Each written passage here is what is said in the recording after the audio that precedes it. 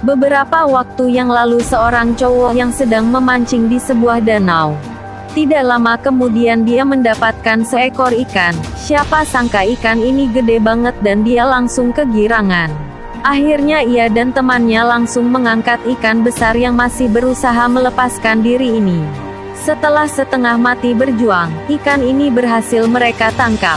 Waktu mereka membawa ikan ini ke atas perahu, mereka merasa ada yang aneh. Bentuk ikan ini sangat aneh dan mengagetkan mereka.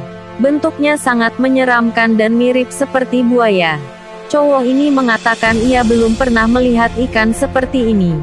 Kelihatannya seperti monster ikan yang sangat aneh. Tapi karena dia sangat penasaran, akhirnya dia mengecek sebenarnya ikan apakah ini. Setelah mereka mencari banyak informasi, mereka tahu akan ikan besar ini. Ikan ini bernama alligator gar dan merupakan ikan yang ganas. Ikan ini hidup di air tawar dan senang hidup menyendiri. Gak cuman itu, ikan ini juga beracun. Ikan ini kalau dilihat-lihat memang sangat mengerikan ya.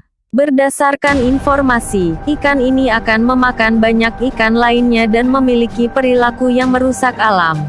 Tentunya bagi ekosistem air, dia merupakan bencana. Akhirnya cowok ini memutuskan untuk tidak mengembalikan ikan ke dalam air, tapi membawa pulang untuk membunuhnya.